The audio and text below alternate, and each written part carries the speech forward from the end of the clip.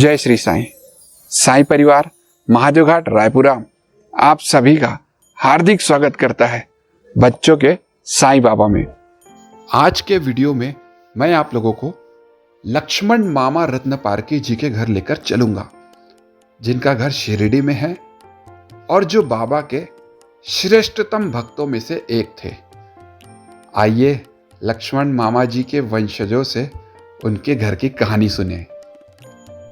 मैं जगदीश रत्न पारकी, शिरडी ग्राम निवासी।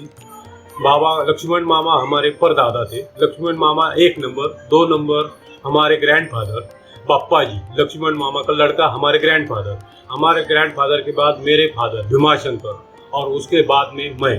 अभी ये मेरे पास बैठा है, ये मेरा भाई विनायक और एक बड़े भाई है गजानन।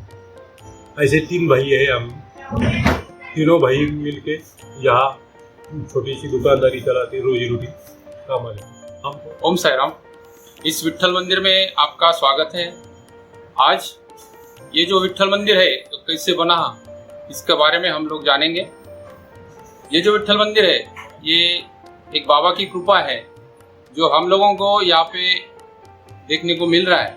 आज हमारे जो परदादा थे, बाबा के साथ में जो साई भक्त उस टाइम में जो रहते थे उनको बोलते थे समकालीन साई भक्त। समकालीन साई भक्तों में से एक लक्ष्मण मामा, ये इस मंदिर का एक भाग है।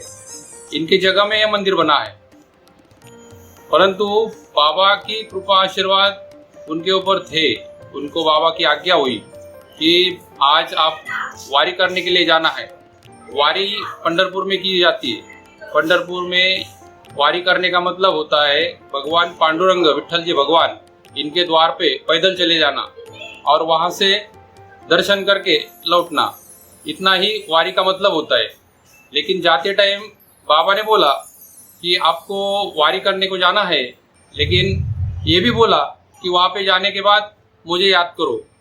और यहाँ से उनको बाबा ने आज्ञा दे दी। दूसरे दिन वो यहाँ से चले गए। पंढरपुर में जाते जाते उनको रास्ते में बहुत साथी मिले, उनके साथ हो गए। वहाँ पे उन्होंने चंद्रभागा नदी में वहाँ पे स्नान किया।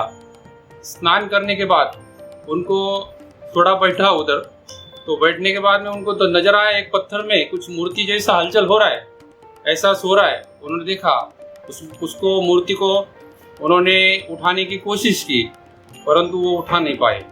उन्होंने वहाँ पे छोड़ दिया, उसको नमस्ते किया, प्रणाम किया और दर्शन करके पंढरपुर में मंदिर में दर्शन करके उन्होंने शिरडी में बाबा के दरबार में यहाँ पे कदम रखे। कदम रखते बाबा उनके ऊपर बहुत गुस्सा हो गए कि मेरे पाटिल बा को क्यों नहीं लाया। तो पाटिल बा को क्यों नहीं लाया, इसका मतलब बाकी लोगों को समझ में नहीं आया, लेकिन इनको भी थोड़ा समझ गया कि कुछ तो भी हमसे गलती हुई है। और बाबा कुछ का बोलने का इशारा कुछ तो ये मतलब अलग ही है। उन्होंने बोला बाबा वो उठा नहीं पाया, बहुत वजन उसका भारी था, इसलिए हम लोगों ने उसको उठाया नहीं। बाबा क्रोधित हो गए। बाबा बोले मुझे याद किया क्या? मुझे याद किया का मतलब बाद में मालूम पड़ा, तब तक मालूम नहीं पड़ा। तो बाबा ने उनके ऊपर क्रोधित होकर उनको फिर से लौटा दिया कि मेरे पाटिल बा को लेके आओ, तब तक मुझे मुंह मत बताओ। और यहाँ से उन्होंने निराश होके, लेकिन बाबा की आज्ञा कौन टाल सकता है, उन्होंने यहाँ से फिर लौट के पंढरपुर यात्रा गए। पंढरपुर वारी करके वहाँ पे जाने के बाद में फिर से वहाँ पे दर्शन हो गए कि उस मंदिर में, उस पत्थर में वो भगवान विट्ठल जी का एहसास हो रहा है और हम लोग उठा नहीं पाए। तो वहाँ पे उन्होंने बाबा का स्मरण किया, क्षमा याचना की, मूर्ति अपने आप ऊपर आई। उन्होंने उसको लिया और बाबा के दरबार में फिर से दाखिल हो गए। तो यहाँ पे आने के बाद में बाबा इसको देखते ही बहुत खुश हो गए। उन्होंने उसका बहुत गला भेंट ली और उसको घुमा के पूरा गांव में परिक्रमा करके इस मंदिर में, इस वाड़े में ये स्थापित कर दिया। ये पहले मंदिर नहीं था, ये पहले वाड़े का एक भाग था, एक खोली था, एक घर था, वाड़े का एक भाग। तो उसी घर में उनको स्थापित कर दिया। विट्ठल जी भगवान की अकेली ही मूर्ति बाबा के हाथ से स्थापित हुई है। और इस मंदिर में बाकी जो मूर्तियाँ है ये दासगुरु महाराज इन्होंने बाबा की आज्ञा ले के बाद में ये 1950 में इस मंदिर का जीर्णोद्धार करके फिर से इसको नया स्वरूप दिया है। आज आप हम लोग जो देख रहे हैं ये नया स्वरूप में उस टाइम में 1950 में 1950 में यह मंदिर यहाँ पे बना हुआ है और वो आज वैसे भी वही हालत में आपको देखने को मिल रहा है। एक बार पप्पा जी काका जो लक्ष्मण मामा के पुत्र थे, बेटे थे, उनको एक बार क्या हुआ, वो 8 साल के थे तभी वो बीमार पड़ गए। बीमार पड़ने के बाद में लक्ष्मण मामा ने बहुत सारी दवा उनको जो भी है वो करवा के देखी, उनको ठीक नहीं, आराम नहीं मिला। फिर बाबा वो हताश हो गए। तो उनकी जो हमारी लक्ष्मण मामा की जो पत्नी थी, उन्होंने बोला कि बाबा को शरण जाओ, बाबा की क्षमा याचना करो, बाबा के पास जाओ, बाबा को बोलो कि ऐसा ऐसा हो रहा है। तो ये उनके आग्रह सम्मान के लिए वो बाबा के दरबार में गए कि ऐसा ऐसा हो रहा है तो आप देखो। तो बाबा उनके ऊपर गुस्सा हो गए, क्रोधित हो गए और उनको निकाल दिया। भाई बोले मैं कुछ नहीं करूँगा, जाओ तुम्हारे पास बहुत दवा है, तुम करो। ऐसा करके उन्होंने कहला के उनको निकाल दिया। फिर वो घर पे आए। यहाँ पे आए तो वाड़े में बाप्पा जी खेल रहे थे। बाप्पा जी खेल रहे थे, इन्होंने देखा कि बाप्पा जी कैसे खेल रहे हैं। ये तो जो गादी के ऊपर भी वो खड़े नहीं हो सकते, उठ नहीं पा रहे और ये इतने बीमार थे। तो उन्होंने ये खेलने का प्रयास कैसे किया। तो बोले बाबा आए थे, उन्होंने मुझे दो माथे पे हाथ लग कर रखा, विभूति लगाई और बोले जा खेलने के लिए बाहर। मैं आया खेलने के लिए। तो ऐसा देख के, ये सुन के लक्ष्मण मामा फिर से द्वारका में चले गए। द्वारका में चले गए, फिर बाबा की क्षमा याचना की। बोले बाबा आप तो सर्वज्ञानी है, मेरे से भूल हुई है, आप मुझे क्षमा करो। और उन्होंने तब से बाबा की निस्सिम भक्त बाबा के शरण गए और बाबा जो बोलेंगे यही प्रमाण मान के बाबा के आगे कुछ नहीं किया। इस मंदिर का जो निर्माण हुआ उसके पश्चात जो लक्ष्मण मामा जो थे, इनके साथ में बाबा जी इस मंदिर में बैठा किया करते थे। उस मंदिर के जो खोली में बाबा विठल जी भगवान से बातें करते थे। बाबा उनके साथ में कुछ अभी उनका जो भी है वो शेयर करते थे, उनका हिस्सा उनके साथ में था। ऐसे एक दिन बाबा द्वारका में बैठे थे और लक्ष्मण मामा यहाँ से रूटीन के जैसा मंदिर में गए। द्वारका माई में दर्शन लिया बाबा का और द्वारका माई में दर्शन करके उन्होंने खेती में निकल पड़े। अपने अपने काम पे बाबा के आगे लेके जाना, वो परिक्रमा उनका एक नित्य नियम था। तो वो गए, खेती पे गए थे। तो पीछे से कोई बोल के आया कि बाबा अभी नहीं रहे। तो लक्ष्मण मामा उनके ऊपर गुस्सा हो गए कि अभी तो मैं उनसे मिल के आया हूँ, बाबा ने बोला होता मुझे कुछ तो आप झूठा बात मत करो। तो उसके ऊपर गुस्सा होकर उसको डांटा है। लेकिन वो आदमी बोला कि मैं जो बोल रहा हूँ ये बात सही है, मैं बाबा के बारे में गलत नहीं बोलूँगा, आप खुद आइए। फिर वो बाबा को देखने के लिए द्वारका में आए। दोपहर के बाद में नोता आया, संदेश आया था। तो द्वारका में आए, द्वारका में देखा तो बाबा ऐसे ऐसे हालत में थे। तो इन्होंने खुद को कोसा और गुस्सा हो गया बाबा के ऊपर कि मेरा ऐसा कौन सा गलती होगा कि मैंने ऐसा कौन सा का आपको ये किया, मुझे आपने न बताया हुए आप चले गए। तो इन्होंने फिर वहाँ से निकल आए। घर में एक जो रूम थी, खोली थी, खोली में उसका द्वार बंद कर लिया और खुद को कोसने लगे कि मेरे से ऐसा कौन सा गलती हुआ। तो बाबा ने हमको नहीं बोला और बाबा से चले गए। और उस वक्त पापा जी भी उनके साथ में थे, बाबा के साथ में। तो पापा जी भी बोले कि बाबा ऐसे ऐसे उनको तकलीफ हुआ और बाद में बोला कि ऐसा ऐसा होने वाला। और बाबा गए तो कुछ मत बोले। उनके ऊपर भी वो गुस्सा हो गया और उन्होंने बोला कि मैं अभी बात नहीं करूँगा और वो खुद को कोसने लगे। ऐसे करते करते वो सुबह में उनका आँख लग गया और वो सो गए। तो बाबा उनके द्वार पे आए, बोले लक्ष्मणा उठ, मैं आया हूँ।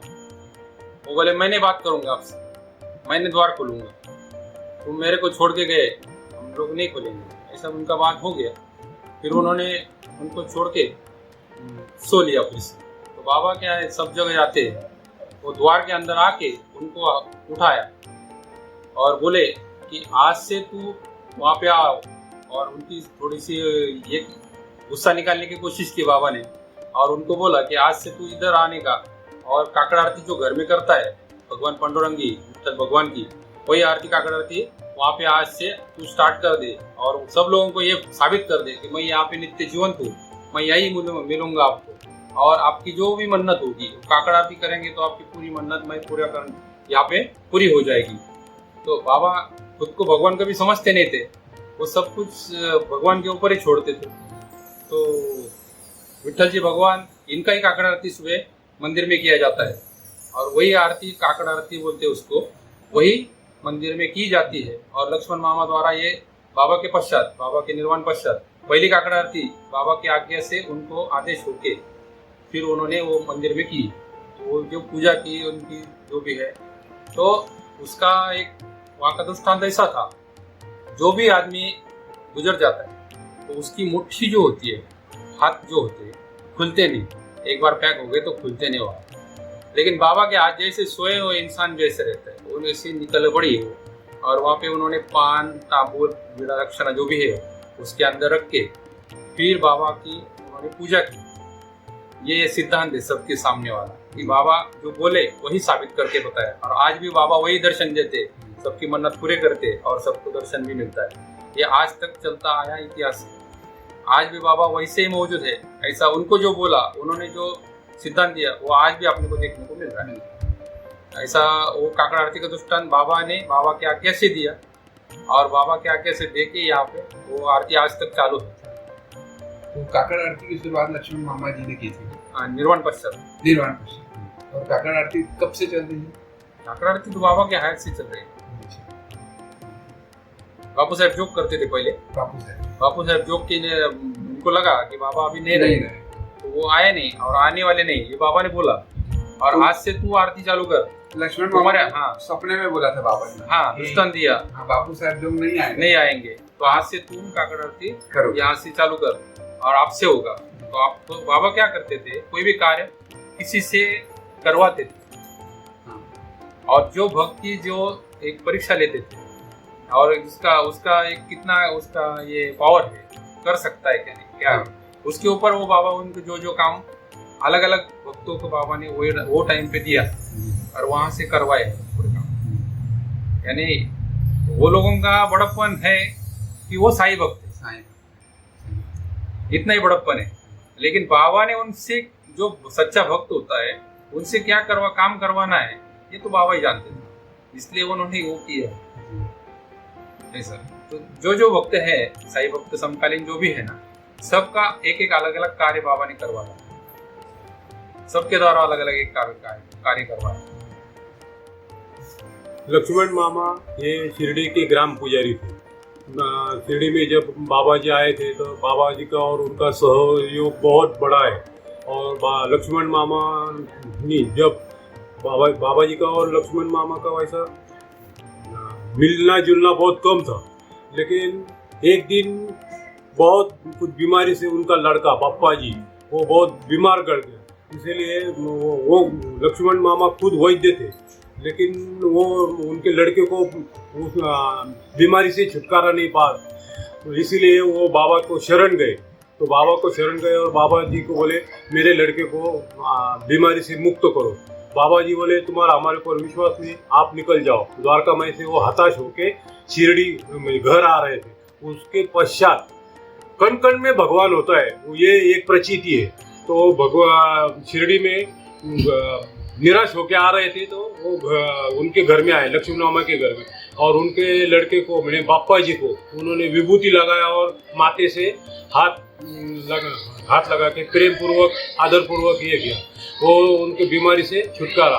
उसके बाद में लक्ष्मण मामा भी बीमार गए, लक्ष्मण मामा को भी उन्होंने बाबा जी ने बीमारी से छुटकारा। ये दोनों गोष्ठी से, दोनों कहानी से उनका ऊपर का भाव बाबा के ऊपर ज़्यादा बढ़ गया। और उसके बाद 1918 में जब बाबा ने महानिर्वाण किया तो बाबा इनके सपने में आए।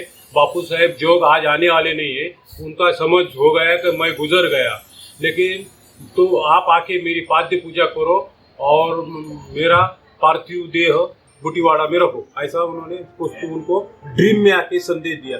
ये ड्रीम होने के बाद बापा ये साई चरित्र में उल्लेख है, मैं बोलता ऐसा नहीं, साई चरित्र सुबह बाबा लक्ष्मण मामा सुबह उठे, स्नान संध्या किया और वो तांबुल वीड़ा लेके बाबा के द्वारका महानिर्वाण जहाँ हुआ द्वारका में वहाँ गए। उन्होंने बाबा के पैर के ऊपर जल डाला।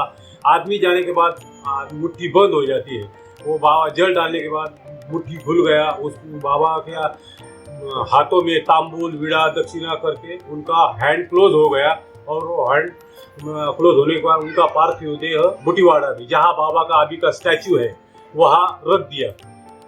इसी तरह ये लक्ष्मण मामा का हाउस है और लक्ष्मण मामा का ये विट्ठल मंदिर भी उनका ही है। ये लक्ष्मण मामा के आदमी के बाबा के आदमी के ऊपर से ही ये स्टैचू चंद्रभागा रिवर में मिला है। बाबा की ऐसी अनेक कहानियाँ सुनने के लिए हमें फॉलो करें, सब्सक्राइब करें और कमेंट करके ज़रूर बताएं कि वीडियो कैसा लगा। चलिए अगली बार मिलते हैं बाबा की नई कहानियों के साथ, साईं बाबा के साथ। जय श्री साईं।